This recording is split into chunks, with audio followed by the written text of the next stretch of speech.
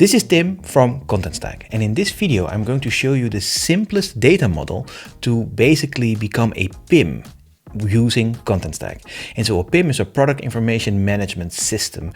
And so PIMs are generally there for these large brands that have dedicated systems that are called PIMs to put all their product data in there and then enrich it over time, but don't add too much fluff of how stuff looks, but it's really the hard data.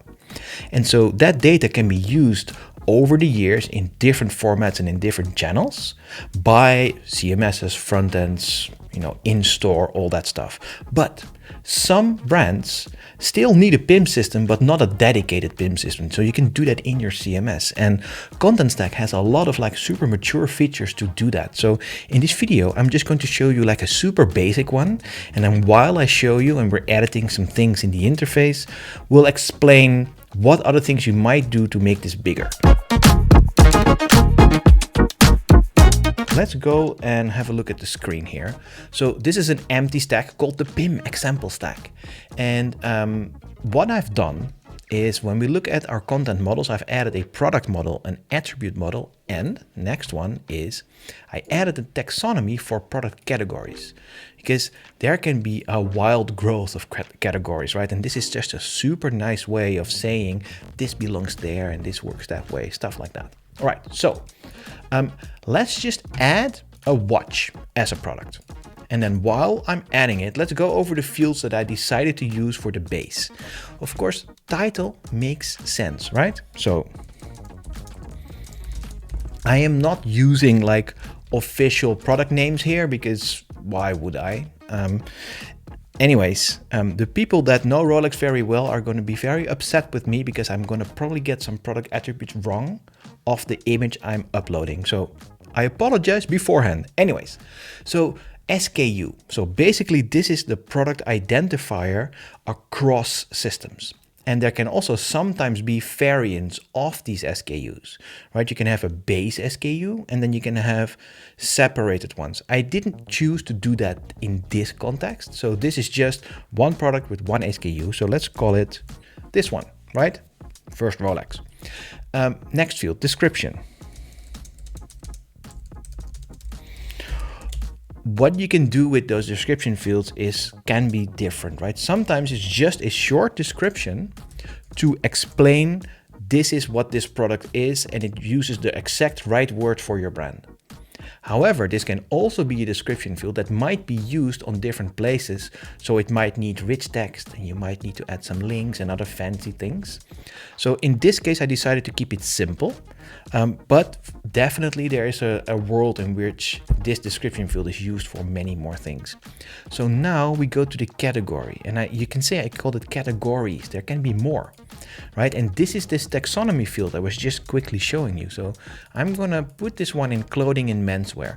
Of course, women can wear this and I don't think it's electronics because these are actually mechanical. So how about we do this? And you can see there are some terms, right?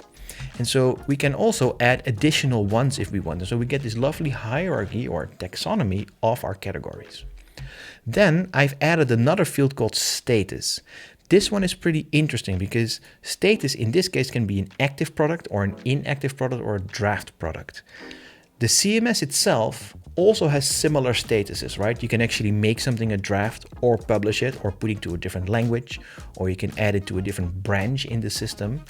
I've also added this because you might want to put something to inactive because you still want to have it published, but on certain websites, you're going to not show the inactive ones and other websites you might.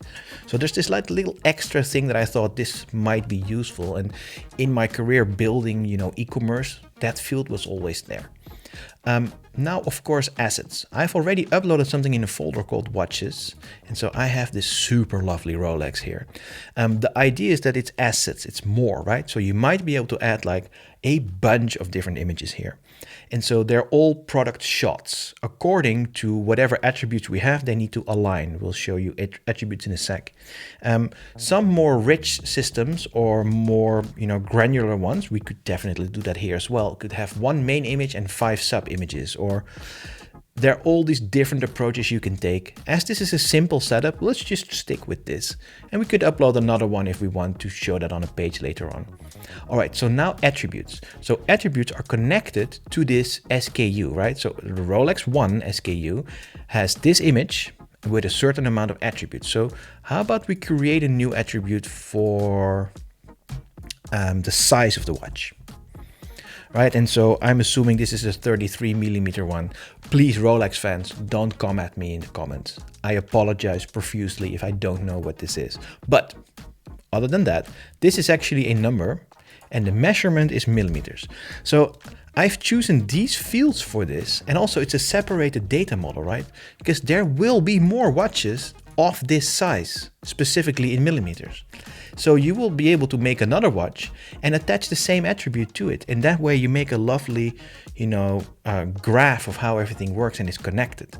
Because if you have 5 watches, of which 2 have this size, you can actually filter on size and get the 2 watches. That becomes very interesting that way. Right, and let's also do another one for band. And then, so this one is, the band material is like metal, right? And so in this case, it's just text, there's no unit of measurement. And so with this, you can do a lot of different types. Oh, and I still have a typo. There we go. And that's it for now. And as you can see, this was really quite simple to set up, but this is super flexible. So before talking about how this data is used, let's first query it so you can see what came out. And so for that, let's go to our GraphQL Explorer. So I decided for now to just use the GraphQL Explorer, because then I don't have to code you a front end to query this data. We can just do it directly in GraphQL. And we're just going to go to all products.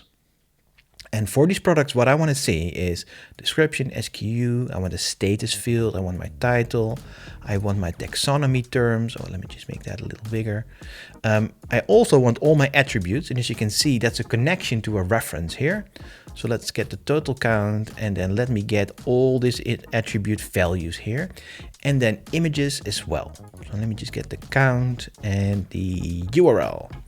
So now when we have a look at this, this is our watch. And so this is a lovely bridge to our next subject here, because essentially this data is standalone about this product. There's nothing in there about how the page needs to look for that product. And that's actually a pretty important part to this whole thing. So you want to keep your PIM very clean, because you might use this in 4 years.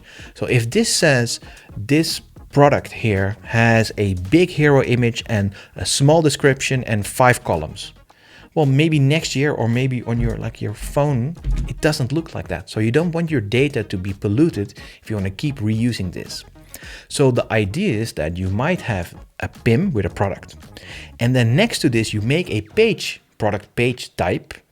And in that entry, you add modular blocks, you add your heroes, your visual building, all the lovely design stuff you want to do. And you connect a reference of this product to that so your front end can show it. And so that's the basics of a PIM. That's what I wanted to show you today. And there you go. Happy coding. Cheers.